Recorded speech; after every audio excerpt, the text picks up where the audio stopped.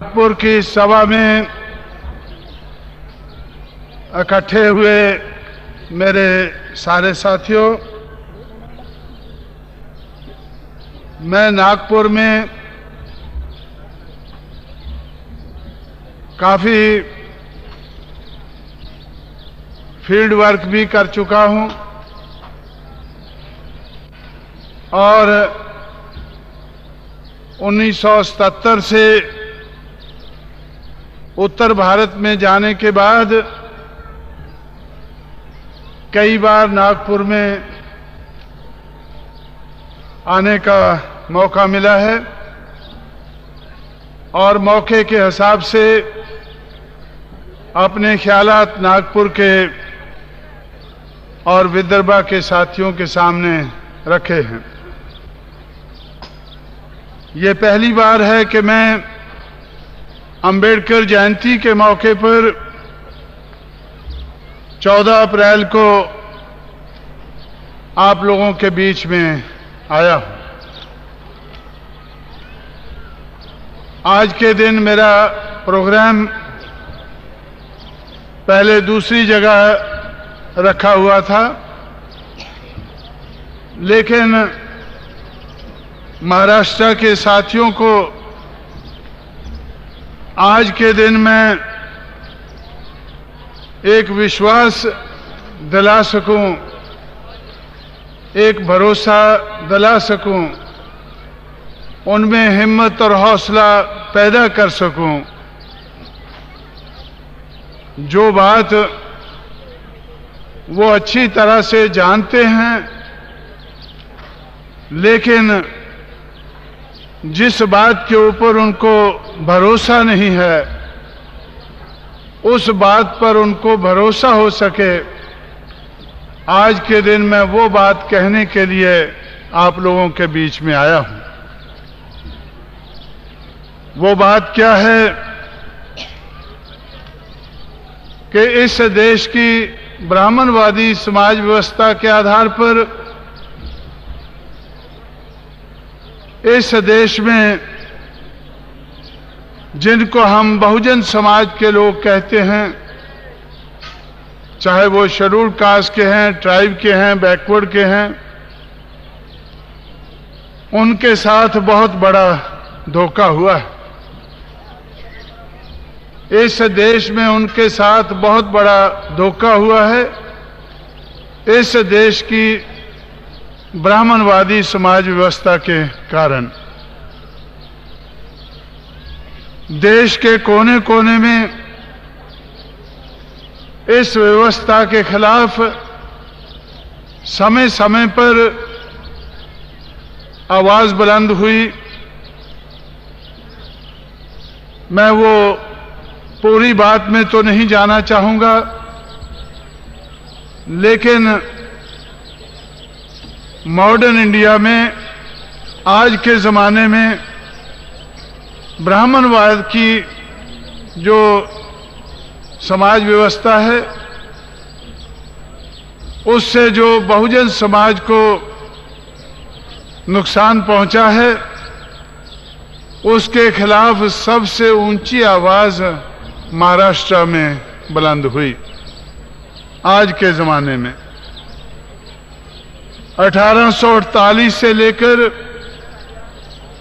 महात्मा ज्योतिराव फुले से लेकर 1956 तक 108 साल लगातार इस ब्राह्मणवादी समाज व्यवस्था के खिलाफ आवाज बुलंद होती रही। इस व्यवस्था में परिवर्तन होना चाहिए। ये व्यवस्था देशवासियों के, इंसान और उसकी इंसानियत के हित की व्यवस्था नहीं है। ये बात महात्मा फुले ने लंबे अरसे तक कही और इसमें परिवर्तन होना चाहिए। उसके लिए उन्होंने बहुत सा संघर्ष किया लोगों को तैयार किया। 1891 तक वो काम करते रहे। उसके बाद 1922 तक शाहू महाराज ने इसी दिशा में काम किया। उसके बाद 1956 तक बाबा साहब अम्बेडकर ये बात कहते रहे और ये बात बनाने की कोशिश करते रहे। 108 साल लंबा संघर्ष, सोचने के बाद, विचार करने के बाद 108 साल लंबा अटूट संघर्ष महाराष्ट्र में रहा। लेकिन उस संघर्ष के बाद आज हम महाराष्ट्र में देखते हैं कि उस संघर्ष का कुछ असर नहीं हुआ है। महाराष्ट्र में 108 साल लंबे संघर्ष का जितना असर होना चाहिए था उतना असर नहीं हुआ है। क्यों नहीं हुआ है? उसका कारण क्या है और उसके परिणाम क्या है? ये सारी बातें सोचने पर हम लोग मजबूर होते हैं। महात्मा फुले ने सामाजिक परिवर्तन की लहर को शुरू किया। Father of India social revolution, इस किस्म की बात बाबा साहब अम्बेडकर ने उनके बारे में कही, उनके बारे में लिखा गया father of India social revolution. पूरे भारत में, देश में सामाजिक क्रांति लाने वाले उनको कहा गया। शाहू महाराज ने बात को आगे बढ़ाया। बाबा साहब अम्बेडकर के बारे में शाहू महाराज ने कहा कि अब मेरे बाद ये बात को आगे बढ़ाएंगे। बाबा साहब अम्बेडकर को के संघर्ष में कामयाबी हो, उसके लिए उन्होंने सहयोग दिया। लेकिन उसी महाराष्ट्र में बाबा साहब अम्बेडकर को 18 साल तक अपमानित किया गया। महाराष्ट्र में 18 साल तक असेंबली में रेजोल्यूशन पास हो गया। महाराष्ट्र की असेंबली में रेजोल्यूशन पास हो गया कि मराठवाड़ा यूनिवर्सिटी के नाम के साथ बाबा साहब अम्बेडकर का नाम जोड़ दिया जाएगा। लेकिन वो नाम जोड़ने के लिए 18 साल का समय लगा। 18 साल तक बाबा साहब अम्बेडकर को अपमानित होना पड़ा। अगर उससे मैं क्या सबक सीखता हूं कि अगर फुले का असर, शाहू महाराज का असर महाराष्ट्र में होता तो बाबा साहब को अपमानित ना होना पड़ता।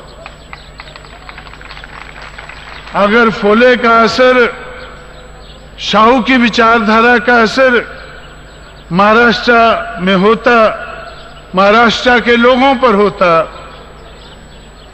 तो तब बाबा साहब अम्बेडकर को, जो परिवर्तन की लहर को आगे बढ़ा रहे थे, उनको अपमानित ना होना पड़ता।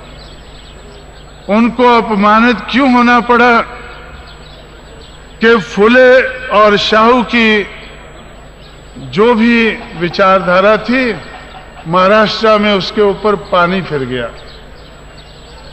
महाराष्ट्र में उसके ऊपर पानी फिर गया और ब्राह्मणवादी विचारधारा जो गांधीवाद के रूप में दोबारा से उभरी, उसने आहिस्ता आहिस्ता फुले और शाहू की विचारधारा को हजम कर लिया।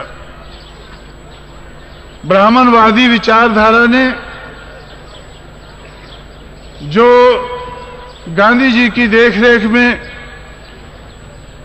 फिर से देश भर में उभरी, महाराष्ट्र में उभरी, उस विचारधारा को हजम कर लिया जो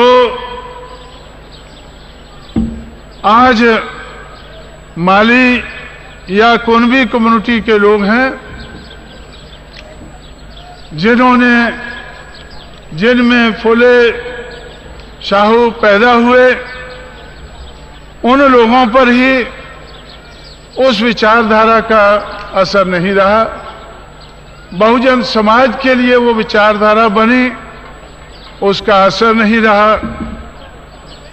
आखिर में जब मैं महाराष्ट्र में रहा करता था, कुछ काम करता था, सीखता था, लोगों से जगह जगह घूमता था, तो तब मुझे ये देखने को मिल रहा था कि बाबा साहब अम्बेडकर को महाराष्ट्र में उनका जिंदा रहते हुए सिर्फ शेड्यूल कास्ट का ही सहयोग मिला, और उनके जाने के बाद जिन लोगों का उनको सहयोग मिला, जिन लोगों को उन्होंने तैयार किया, वो भी आहिस्ता आहिस्ता गांधीवादी विचारधारा के सामने घुटने टेकने लगे। आहिस्ता आहिस्ता वो लोग भी गांधीवादी विचारधारा के सामने घुटने टेकने लगे। क्यों टेकने लगे? क्योंकि उनको ऐसा लगता था कि अम्बेडकरवादी विचारधारा को अपनाकर वो अपने एमएलए नहीं जिता सकते हैं, वो अपने एमपी नहीं जिता सकते हैं, वो सरकार में भागीदारी हासिल नहीं कर सकते हैं, वो सरकार नहीं बना सकते हैं। पहले फुले और शाहू के लोगों को लगा, फिर अम्बेडकर के लोगों को लगा। तो मैंने ऐसा सोचा कि अगर इस देश में परिवर्तन लाना है, इस देश की ब्राह्मणवादी समाज व्यवस्था जो गैर बराबरी के आधार पर बनी हुई है, इसको बराबरी के आधार पर लाना है, तो मुझे तो कोई और रास्ता नजर नहीं आता है। फुले शाहू अम्बेडकर की विचारधारा के अलावा और कोई रास्ता नजर नहीं आता है। ऐसा मेरा ख्याल महाराष्ट्र में बना। लेकिन मैंने सोचा कि जब महाराष्ट्र के लोगों का दिल टूट गया है, उनको भरोसा नहीं है, तो इस विचारधारा को किसी और जगह आजमाया जाए। इस विचारधारा को फैलाया जाए। ये तो महाराष्ट्र में ही घुटकर रह गई है। अंबेडकर के बारे में तो कुछ लोग जगह जगह जानते भी हैं, खासकर शेड्यूल कास्ट के लोग जानते हैं, लेकिन फुले शाहू के बारे में तो महाराष्ट्र के बाहर किसी को कानो कान खबर नहीं है।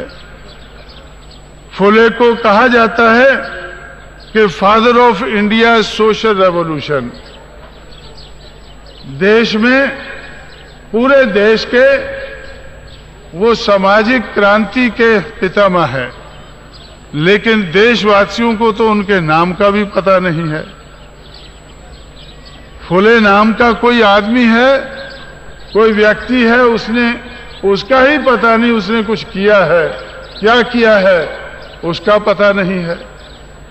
शाहू महाराज के बारे में तो बिल्कुल पता नहीं है।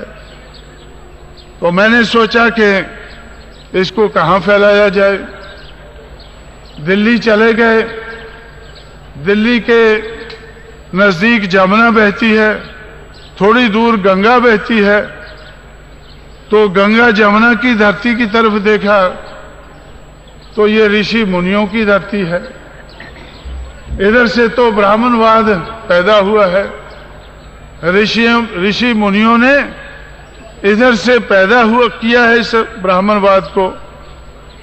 तो भाई जब महाराष्ट्र में लोग फुले शाहू अंबेडकर की विचारधारा को नहीं अपना पाए हैं, उनको भरोसा नहीं है।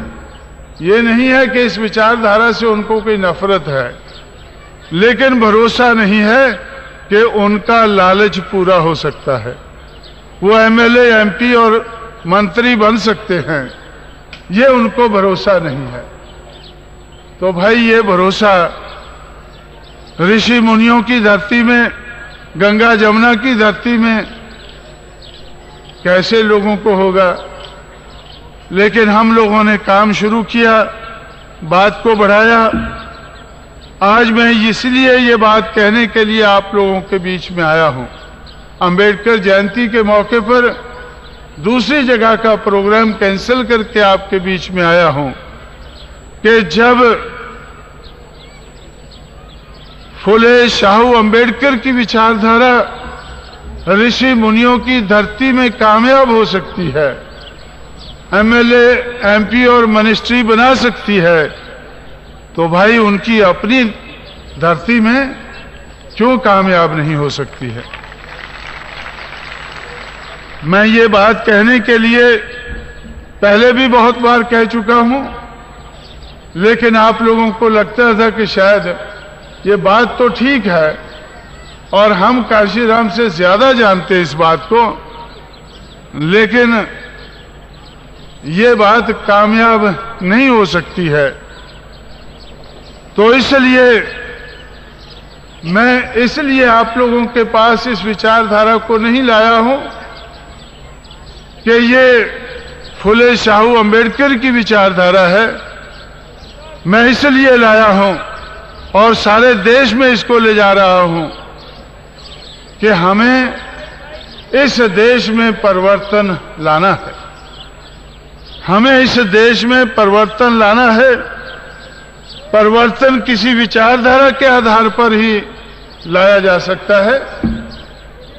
मौके के हिसाब से हमें विचारधारा को बनाना है। आज के हिसाब से विचारधारा को हमें बनाना होगा। आज फुले शाहू अंबेडकर हमारे बीच में नहीं है, वो हमें सलाह देने के लिए नहीं आएंगे।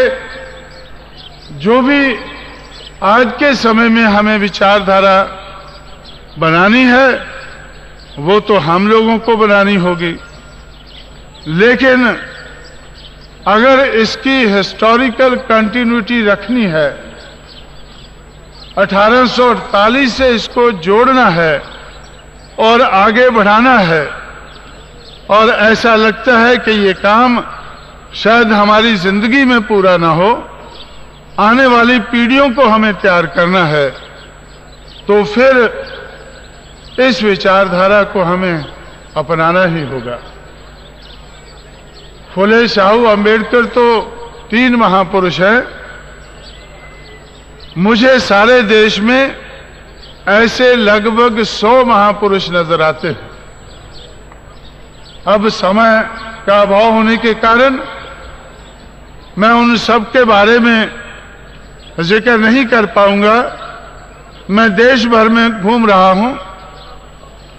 जब मैं बंगाल में गया तो मुझे पता चला कि बाबा साहब अंबेडकर को जब गांधी जी और उनकी कांग्रेस ने चैलेंज कर दिया कि इनको किसी भी हालत में कॉन्स्टिट्यूएंट असेंबली में चुनकर हम नहीं जाने देंगे, तो बाबा साहब अंबेडकर बॉम्बे से चलकर कलकत्ता गए, कलकत्ता से चलकर जयपुर और खुलना गए। कलकत्ता से आगे जयपुर और खुलना है चंडाल लोगों की धरती है। चंडाल लोग उधर बड़ी संख्या में रहते हैं। तो उन चंडालों ने, जिनकी संख्या उधर बहुत ज्यादा थी, तो उस संख्या के आधार पर उन्होंने बाबा साहब अंबेडकर को चुनकर कॉन्स्टिट्यूएंट असेंबली में 1946 में भेजा। जब बाबा साहब अंबेडकर को पूरे देश में उनके लोग किसी जगह से चुनकर लाने लायक नहीं थे, तो चंडालों ने चुनकर उनको कॉन्स्टिट्यूएंट असेंबली में भेजा। क्या कारण है चंडालों ने चुनकर भेजा? चंडालों के बीच में जाकर तो बाबा साहब ने काम नहीं किया था। क्या कारण है उन्होंने चुनकर भेजा? क्योंकि उधर भी उनके देश में भी, चंडालों के देश में भी, चंडालों के उन क्षेत्र में भी हरिचंद, गुरुचंद नाम के दो महापुरुष हुए हैं। उन्होंने सामाजिक क्रांति के लिए बाबा साहब अंबेडकर से बहुत पहले काम शुरू किया था। उधर भी जो आज चंडाल लोग आधे से ज्यादा तो बांग्लादेश में रहते हैं, आधे से कम लगभग 2 करोड़ बांग्लादेश में रहते हैं, 1.5 करोड़ हमारे देश में रहते हैं। तो उस वक्त तो देश एक ही था। तो उन चंडालों में हरिचंद, गुरुचंद नाम के 2 चंडाल महापुरुष पैदा हुए। उन्होंने सामाजिक क्रांति की लहर उधर शुरू की, उनमें भावना पैदा हुई, उनकी बात उन्होंने बहुत आगे बढ़ाई। और आज जिस तरह से आज बाबा साहब को मानने वाले लोग इधर अपने आप को माहर नहीं कहते हैं, बुद्धिस्ट कहते हैं, अब हरिचंद, गुरुचंद को मानने वाले लोग अपने आप को चंडाल नहीं कहते हैं, वो नमःशूद्र कहते हैं। और 1901 से वो नमःशूद्र अपने आप को कहते हैं। और 1901 की जो सेंसस है उसमें सरकार ने उनको नमःशूद्र लिखा है।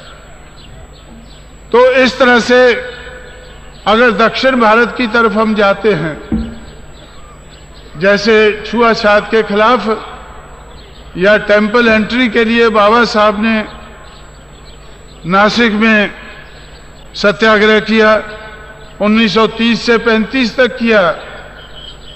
लेकिन उससे पहले 30 मार्च 1924 को नारायण गुरु के चेलों ने केरला में वैकम का सत्याग्रह शुरू किया था। किन लोगों ने किया था? जिन लोगों को आज शेड्यूल कास्ट में वो लोग नहीं है, ईडवा लोग, ईडवा और नाडार। कामराज नाडार का नाम आपने सुना होगा। तो कामराज नाडार उसी कम्युनिटी के हैं।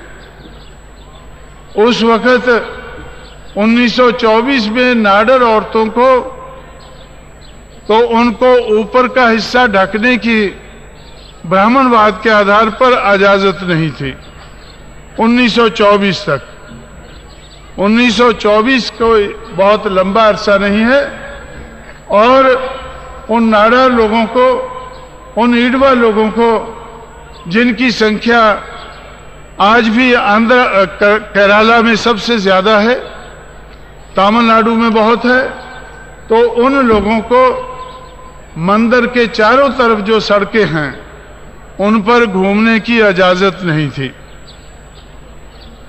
वैकम में जो मंदिर है उसके चारों तरफ सड़कों पर घूमने की इजाजत नहीं थी। तो नारायण गुरु और उनके जो शागिर्द थे माधवन, उन्होंने कहा कि जिन सड़कों पर जानवर घूम सकते हैं, पेशाब कर सकते हैं, गोबर कर सकते हैं, कुत्ते घूम सकते हैं, कुत्ते पेशाब कर सकते हैं, उन पर हम क्यों नहीं घूम सकते हैं? जब नाडार लोगों ने, जब ईडवा लोगों ने ये बात कहनी शुरू की, तो शेड्यूल कास्ट में जो और गिराए गए लोग थे, पुलाया लोग, उन्होंने भी उनका साथ दिया कि हमें इधर घूमने की इजाजत होनी चाहिए। उन्होंने सत्याग्रह किया। जब उन्होंने सत्याग्रह किया तो बुलाया एक नौजवान को। ये चूना जो आप पान में डालते हैं, ब्राह्मणवाद के आधार पर कानूनी तौर पर उनकी आंखों में चूने से भर दी गई। वो उनकी आंखों में चूना भर दिया गया कि इसको ये सजा मिलनी चाहिए। वो बेचारा मर गया उधर, उसको तड़पा तड़पा कर मारा गया 1924 में। और ये पेरियार रामास्वामी नायकर, जिनको आज आप अच्छी तरह से जानते हैं, वो तमिलनाडु कांग्रेस के प्रेसिडेंट थे। तमिलनाडु कांग्रेस के प्रेसिडेंट थे। तो वो चलकर वैकम में आए, उन्होंने सत्याग्रह को बढ़ावा दिया। तो गांधी जी की देखरेख में उस वक्त कांग्रेस चल रही थी। तो गांधी जी ने उनसे कहा कि भाई कांग्रेस का कोई आदमी सत्याग्रह में हिस्सा नहीं ले सकता है। तब उन्होंने अपनी पार्टी को, कांग्रेस को छोड़कर और कांग्रेस के अध्यक्ष पद को छोड़कर उन्होंने वो सत्याग्रह को कामयाब बनाने में सहयोग दिया और सेल्फ रिस्पेक्ट मूवमेंट शुरू की। मान और सम्मान के साथ हम लोग रह सकें, इस किस्म की लहर उन्होंने शुरू की। तो 1925 में 600 दिन के बाद वो सत्याग्रह कामयाब हुआ। नाडार लोगों को, ईडवा लोगों को, पलाया लोगों को मंदिर के बाहर सड़क पर घूमने की इजाजत मिली। तो इस किस्म का जो सामाजिक परिवर्तन के लिए देश के कोने कोने में जो संघर्ष हुआ है, मैं ये समझता हूं कि हमें उस सारे सबक से, सारे संघर्ष से सबक सीखना चाहिए और सबक सीखकर, उस सारे संघर्ष से सबक सीखकर और हमारे बुजुर्गों के संघर्ष से जो विचारधारा बनी है, उस विचारधारा को अपनाकर तो हमें ब्राह्मणवादी समाज व्यवस्था में परिवर्तन लाना होगा। अगर हमें ये परिवर्तन लाना है, अगर हमारी ये चाहत है, तो फिर हमें हमारे इन बुजुर्गों की विचारधारा को अपनाना होगा। मैंने कहा है कि ये विचारधारा तो या संघर्ष लगभग सोच विचार करके किया है। उस विचारधारा का बड़ा ऊंचा स्थान है इस परिवर्तन के संघर्ष में। देश भर में जो परिवर्तन के लिए संघर्ष हुआ है, उसमें उसका बहुत ऊंचा स्थान है। इसलिए हम लोग इस कोशिश में लगे हुए हैं कि फुले शाहू अंबेडकर की और हमारे दूसरे महापुरुषों की विचारधारा को अपनाकर, उनके संघर्ष से सबक सीखकर जो काम अधूरा रह गया है, बहुत ही कम हुआ है और बहुत ज्यादा बाकी पड़ा है, तो उस काम को हम लोग पूरा करने में लगें। हिंदी भाषी क्षेत्रों में बड़े पैमाने पर हमने लोगों को लगाया है। महाराष्ट्र में भी लोग फुले शाहू अंबेडकर की विचारधारा को अपनाकर बड़े पैमाने में लगेंगे। तो ये बात कहने के लिए मैं बॉम्बे भी आया था, आज के दिन नागपुर में आया हूं और मई के महीने में महाराष्ट्र में जगह जगह मैं घूमने वाला हूं। तो साथियों, इस विचारधारा को अपनाकर हम लोग एमएलए बन सकते हैं, एमपी बन सकते हैं, सरकारें बना सकते हैं। ये भरोसा दिलाने के लिए मैं महाराष्ट्र में आपके पास आया हूं। हम ये काम कर सकते हैं और हमारा मुख्य लक्ष्य तो सामाजिक परिवर्तन और आर्थिक मुक्ति का है, लेकिन सामाजिक परिवर्तन लाने से पहले हमें राजनीतिक परिवर्तन, जो मुझे बहुत आसान नजर आता है, वो लाना होगा। राजनीतिक परिवर्तन हम आसानी से ला सकते हैं और राजनीतिक परिवर्तन से ही दूसरा परिवर्तन आने लग जाता है। जब मैं 1977-78 में नॉर्थ इंडिया में गया था तो बाबा साहब अंबेडकर को बहुत से लोग गलत नजर से देखते थे और बहुत से लोग कहते थे कि ये तो अंग्रेजों के दलाल थे, और खास करके जो ऊंची जाति के लोग हैं वो नीची जाति के लोगों से कहलाते थे, अरे छोड़ो अंबेडकर को, वो तो अंग्रेजों के दलाल थे, देशद्रोही थे। तो इस किस्म की बातें आपने तो महाराष्ट्र में 1930, 31, 32 में बहुत सुनी होगी, उसके बाद में भी सुनी होगी, लेकिन 1976-77 में उत्तर भारत में मैंने ये बातें सुनी। लेकिन जब हम लोगों ने इस विचारधारा पर अपने लोगों को तैयार करना शुरू कर दिया तो परिवर्तन होने लगा। तब परिवर्तन होने लगा। जो अंबेडकर को जो लोग अंग्रेजों के दलाल कहते थे या देशद्रोही कहते थे, तो वो लोग उनकी सराहना करने पर मजबूर हुए। बहुत सी पार्टियां सराहना करने पर मजबूर हुई, और आपने देखा होगा कि 1990 तक हम लोगों के संघर्ष के कारण इतना परिवर्तन हुआ उधर कि 1989 में, 1990 से एक साल पहले 14 अप्रैल को कांग्रेस पार्टी, जिसकी यूपी में सरकार थी, महाराष्ट्र में थी और दिल्ली में थी, उस कांग्रेस पार्टी को मजबूर होकर बाबा साहब अंबेडकर यूनिवर्सिटी का इनॉग्रेशन, उद्घाटन करना पड़ा 14 अप्रैल 89 को लखनऊ, उत्तर प्रदेश की राजधानी में।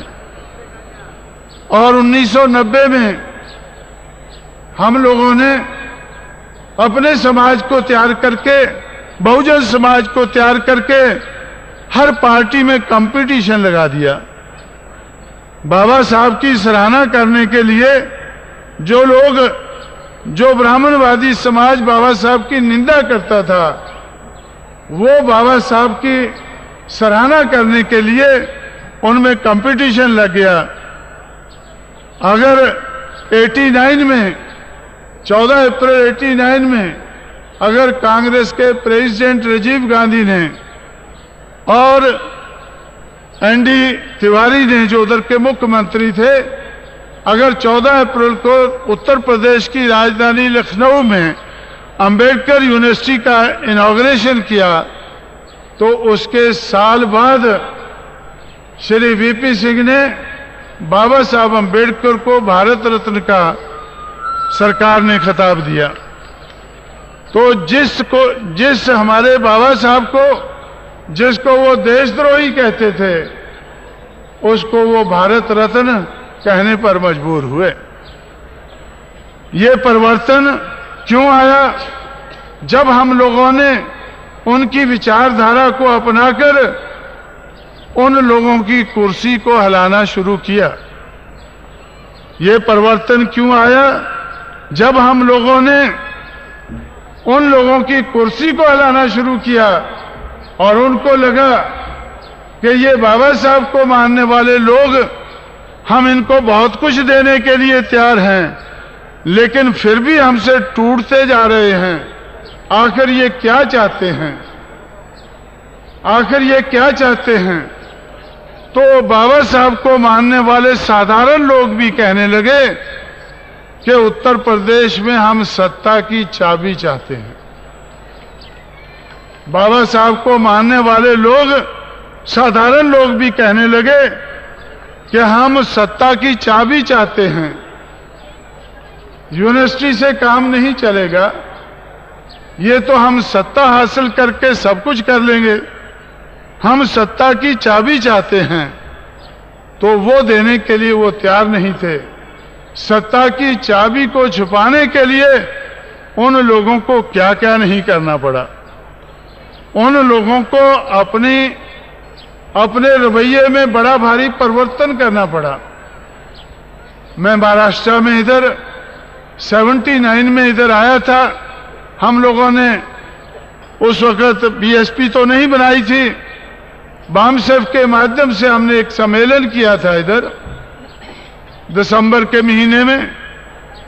और दिसंबर के महीने में जब मैं नागपुर में ही था, तो हमारे लोगों ने यूनिवर्सिटी के लिए आवाज बुलंद की। और उस वक्त 79 में 4 नौजवानों की जानें चली गई। बहुत लोगों को गोलियां लगी, लाठियां लगी और बहुत लोगों का नुकसान हुआ और 4 नौजवानों की जानें चली गई 79 में। लेकिन फुले शाहू के महाराष्ट्र में बाबा साहब अंबेडकर का अपमान कम नहीं हुआ। बाबा साहब अंबेडकर के नाम पर सिर्फ जोड़ने की बात है, वो भी सरकार ने नहीं की। उसके बाद में भी काफी संघर्ष हुआ। संघर्ष किस लिए हुआ कि बाबा साहब का नाम जोड़ दिया जाए, बाबा साहब का नाम मराठवाड़ा यूनिवर्सिटी के साथ जोड़ दिया जाए। सिर्फ इसके लिए संघर्ष हुआ, उसमें भी कामयाबी नहीं मिली। लेकिन जब 16 जनवरी को महाराष्ट्र के मुख्यमंत्री शरद पवार को पता चला कि 16 जनवरी को कांशीराम महाराष्ट्र में आ रहा है, उत्तर प्रदेश में ब्राह्मणवादी सरकारों को पस्त करने के बाद अब महाराष्ट्र में आ रहा है, हमारी कुर्सी को हिलाने के लिए आ रहा है, तो तब उनको मेरी कॉन्फ्रेंस होने से 2 दिन पहले उनको भी परिवर्तन करना पड़ा और वो नाम बदलना पड़ा। किस लिए बदलना पड़ा? कुर्सी को खतरा हुआ। कुर्सी को खतरा होने से नाम बदलना पड़ा। तो हम लोगों ने हर किस्म का आंदोलन किया, हर किस्म की कुर्बानी दी, लेकिन महाराष्ट्र में गांधीवादी ब्राह्मणवादी सरकार ने बाबा साहब अंबेडकर के अपमान को कम नहीं किया। अपमान जारी रहा, 18 साल जारी रहा। लेकिन कब बंद हुआ? जब बाबा साहब को मानने वालों ने यह ऐलान कर दिया कि हम अब महाराष्ट्र में शासन करने के लिए आ रहे हैं। हम महाराष्ट्र में मांगने वाले नहीं होंगे, हम महाराष्ट्र में देने वाले बनेंगे। महाराष्ट्र में कांशीराम कोई यूनिवर्सिटी मांगने नहीं आया है या कोई कुर्सी मांगने नहीं आया है। महाराष्ट्र में जिस तरह से सारे देश में कांशीराम परिवर्तन की लहर फैलाना चाहता है, बाबा साहब अंबेडकर, शाहू महाराज, महात्मा फुले की विचारधारा को अपनाकर जो सारे देश में परिवर्तन लाना चाहते हैं, वो महाराष्ट्र में भी परिवर्तन लाने लायक बन जाएंगे। और सामाजिक परिवर्तन, आर्थिक परिवर्तन को तो देर लग सकती है, और कांशीराम ये संदेश लेकर आया है कि राजनीतिक परिवर्तन तो तुरंत होने वाला है, जल्दी होने वाला है, आने वाले चुनाव में ही होने वाला है। तो जब सरकार को ये पता चला तो कुछ लोगों ने कहा कि ये काम शरद पवार ने किया है, लेकिन हमारे देश के प्रधानमंत्री ने कहा कि ये काम हमारे कहने से किया है, हमारी सलाह से किया है। ये काम हमारे कहने से किया है, हमारी सलाह से किया है। तो इसलिए साथियों, तो हम लोग अब ये बात को छुपा नहीं रहे हैं, हम लोग इस बात को कहते हुए शर्मा नहीं रहे हैं कि हमें इस देश में अपने बुजुर्गों की विचारधारा को अपनाकर, उनके संघर्ष को आगे बढ़ाकर इस देश की ब्राह्मणवादी समाज व्यवस्था को, जो इंसान और इंसानियत के हित की व्यवस्था नहीं है, उसको बदलकर हम लोग इस देश में इंसान और इंसानियत के हित की बराबरी की समाज व्यवस्था लाएंगे और उसके आधार पर अर्थव्यवस्था बनाएंगे। और उसके लिए हम जल्दी से जल्दी इस देश में राजनीतिक परिवर्तन करेंगे। और राजनीतिक परिवर्तन के लिए हम लोगों ने 1992 से ये चैलेंज करना शुरू कर दिया है। 14 अप्रैल 1992 को हम लोगों ने एक प्रेस कॉन्फ्रेंस बुलाकर उत्तर प्रदेश में ये चैलेंज किया कि उत्तर प्रदेश में सबसे पहला सूबा होगा कि जिसमें हम बहुजन समाज की सत्ता लाएंगे। हम लोग ब्राह्मणवादी पार्टियों को हराकर बहुजन समाज की सत्ता लाएंगे। 1 साल के अंदर हम लोगों ने वो काम पूरा किया और दूसरे सूबों में जिधर चुनाव हुआ उधर भी हमारी बात काफी आगे बढ़ी। तो इस भरोसे के साथ अब मैं सारे देश में घूम रहा हूं, महाराष्ट्र में भी आया हूं। आज के शुभ दिन पर मैं महाराष्ट्र के अपने बहुजन समाज के भाइयों से ये कहने आया हूं कि आप लोग हिम्मत और हौसले के साथ, भरोसे के साथ फुले शाहू अंबेडकर की विचारधारा को अपनाकर उनके संघर्ष को आगे बढ़ाएं, बाकी साथियों के साथ कंधे से कंधा मिलाकर आगे बढ़ें। हम 94 में ही 7 सूबों में चुनाव होने वाला है। 7 सूबों में बहुजन समाज की मर्जी के बगैर किसी सूबे में भी कोई सरकार नहीं बनेगी। इस भरोसे के साथ मैं आपसे ये कहने आया हूं कि आप लोग भी भरोसे के साथ आगे बढ़ें, हिम्मत हौसले के साथ आगे बढ़ें। और आप लोगों को कोई फिक्र नहीं होना चाहिए, कोई चिंता नहीं होनी चाहिए कि आप लोग एमएलए नहीं बनेंगे। भाई, अगर एमएलए नहीं बनेंगे तो सरकारें कैसे बनाएंगे और सरकारें कैसे गिराएंगे? आप लोग जिस तरह से उत्तर भारत में इस विचारधारा को अपनाकर हम लोग एमएलए, एमपी और सरकारें बनाने लगे हैं, इसी तरह से हम बहुत सी जगह बनाएंगे। और 7 सूबों में जो चुनाव होने वाला है, 7 सूबों में मैं तो एक तजुर्बेकार आदमी हूं, उस तजुर्बे के आधार पर कह सकता हूं कि अगर उधर बहुजन समाज की या बहुजन समाज पार्टी की सरकारें नहीं बनती है तो बहुजन समाज पार्टी की मदद के बगैर किसी जगह भी सरकार नहीं बन सकेगी।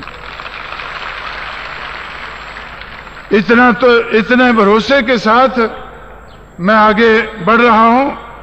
और जब मैं आगे बढ़ रहा हूं तो दुश्मन को भी खतरा महसूस हो रहा है, दुश्मन को खतरा महसूस हो रहा है, डर हो रहा है, भय हो रहा है। उस डर और भय के कारण वो भी हाथ पैर मार रहा है, और आप लोगों को मैं कहना चाहता हूं कि हमें इन छोटी छोटी जो डर और भय की बातें हैं, इनसे हमें घबराना नहीं चाहिए। गुरु गोविंद सिंह ने कहा है, कोई किसी को राज न दे है, जो ले है निज बल से ले है।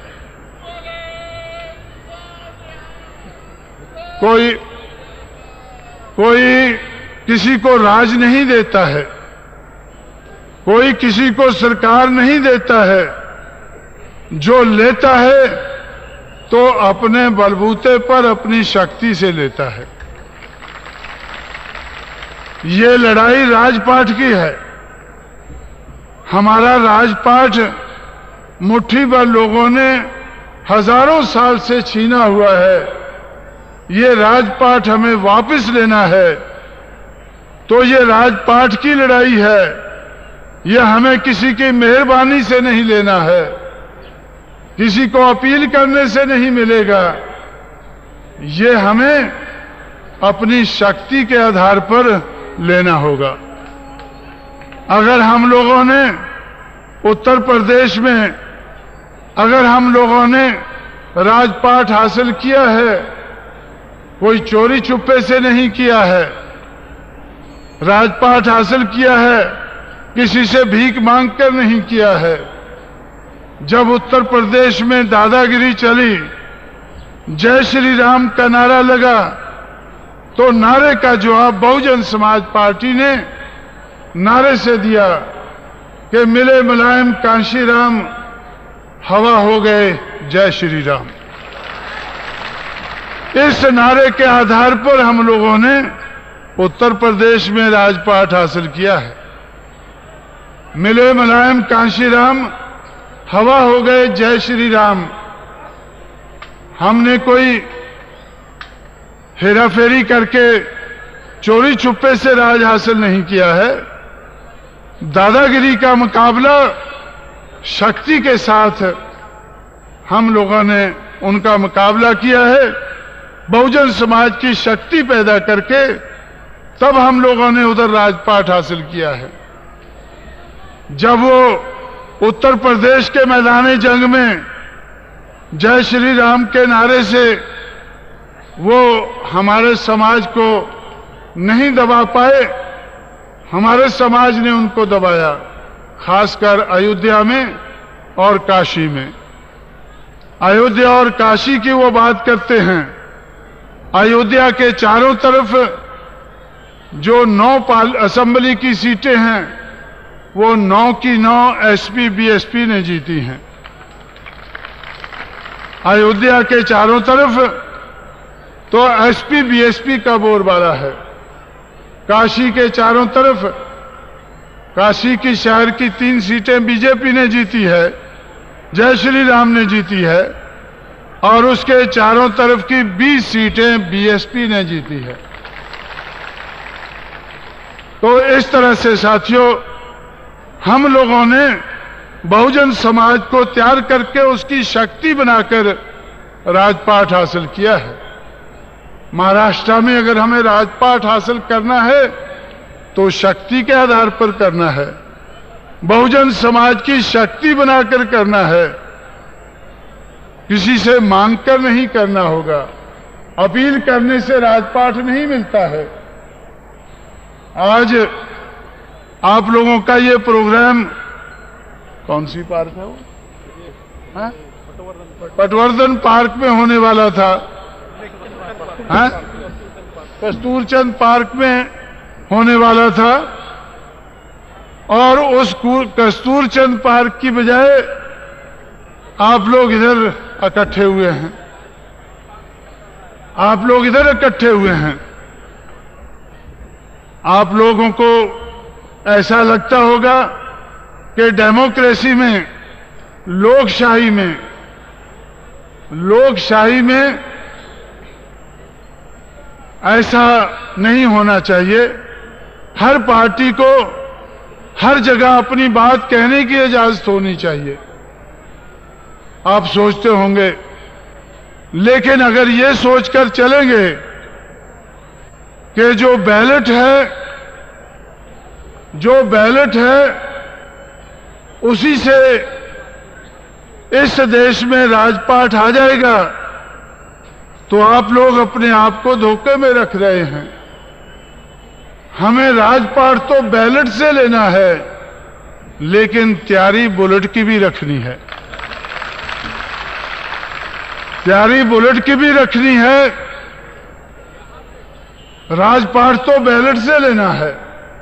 हम लोगों ने उत्तर प्रदेश में राजपाट बैलेट से लिया है, लेकिन जब असेंबली में लोग आए, असेंबली में आकर फिर जय श्री राम कहने लगे। और असेंबली में आकर फिर वो स्पीकर की कुर्सी पर चढ़ गए, मेज पर चढ़ गए, और उन्होंने सोचा कि बहुजन समाज के लोग डर गए हैं, तो गिलास फेंकने लगे और लाउड स्पीकर उठा उठाकर फेंकने लगे। तो 20 मिनट तक बैकलैश हुआ। वो कहने लगे कि बैकलैश होगा। पहले से ही पेपरों में आ रहा था कि स्वर्ण हिंदुओं के हाथ में से राज पिछड़ों के हाथ में चला गया है, अब बैकलैश होगा। तो मैं कह रहा था कि बैकलैश के मुकाबले में उससे ज्यादा पावरफुल फ्रंट लैश होगा। अगर बैकलैश होगा तो फ्रंट लैश होगा। हम बैलेट से जीते हैं, और बैलेट से जीतने के लिए ही हमें अपने आप को तैयार करना है। हमारे समाज को बैलेट से जीतने के लिए तैयार करना है, लेकिन बैलेट से जीतने के बाद भी जब असेंबली में सरकार ना चलाने दें, तो भाई उधर कोई बुलेट की जरूरत तो नहीं पड़ी, लेकिन जो भी छोटा मोटा हथियार हाथ में आया उसको इस्तेमाल करना पड़ा। अंग्रेजी में एक कहावत है कि they have gone with bloody noses, तो वो बुरा नाक लेकर चले गए। आपने देखा होगा कि उन लोगों को, जिन लोगों ने बैलेट की बात को नहीं माना, फिर दादागिरी की, दादागिरी का मुकाबला दादागिरी से किया। तो इसलिए साथियों, आप लोगों को ये नहीं सोचना है, हमें बैलेट से लगाव है और बैलेट के आधार पर ही हमें इस देश में परिवर्तन लाना है। लेकिन अगर मुट्ठी भर लोग अगर बुलेट का इस्तेमाल करें, लाठी गोली का इस्तेमाल करें, या और किसी गैर संवैधानिक शक्ति का इस्तेमाल करें, तो उसका भी मुंह तोड़ जवाब देने के लिए हमें अपने समाज को तैयार करना होगा। उसमें हमें पहल नहीं करनी होगी, उसमें हमें पहल नहीं करनी होगी, लेकिन उसका मुंह तोड़ जवाब देने के लिए हमें अपने समाज को तैयार करना होगा। मैं तो जिंदगी में कुछ नहीं कर रहा हूं, सिर्फ अपने नालायक समाज को उसकी नालायकी दूर करके लायक बनाने में लगा हुआ हूं। सिर्फ जिंदगी में हमें एक ही काम करना है। ब्राह्मणवाद के आधार पर हमें नालायक बनाया गया है। ब्राह्मणवाद का मुंह तोड़ जवाब देने के लिए हमें अपनी नालायकी दूर करनी होगी और जिंदगी के हर पहलू में लायकी पैदा करनी होगी, दूसरों के मुकाबले में ज्यादा लायकी पैदा करनी होगी। तो इसलिए साथियों, काम तो मुश्किल है। आप लोग सोचेंगे कि पहले तो हम बुरा लगेगा कि नालायकी को छोड़ें कैसे, बुजुर्गों ने पकड़ी हुई है हजारों साल से, इसको छोड़ेंगे तो बुजुर्गों का क्या, वो क्या सोचेंगे। तो भाई बुजुर्गों की बात को नहीं मानना होगा, जो बुजुर्गों ने अच्छी बात कही है उसी को मानना होगा। नालायकी छोड़नी होगी, ये इरादा बनाना होगा और लायकी पैदा करनी होगी। जिंदगी के हर पहलू में लायकी पैदा करनी होगी और लायकी के आधार पर हमें सरकारें बनानी होगी। नालायक लोग सरकारें नहीं बना सकते हैं। कहीं आप सोचे कि कांशीराम बड़े अच्छे आदमी आगे हैं, ये तो नालायकों की सरकारें बनाने लग गए हैं। नालायक रहते हुए ही हम सरकार बना लेंगे, ऐसी बात नहीं समझना है। हमें सरकार बनाने के लिए लायकी पैदा करनी होगी, नालायकी दूर करके लायकी पैदा करनी होगी और जिंदगी के हर पहलू में करनी होगी। तो शरद पवार जैसे आदमियों को दाऊद की तरह से ही भागना पड़ेगा।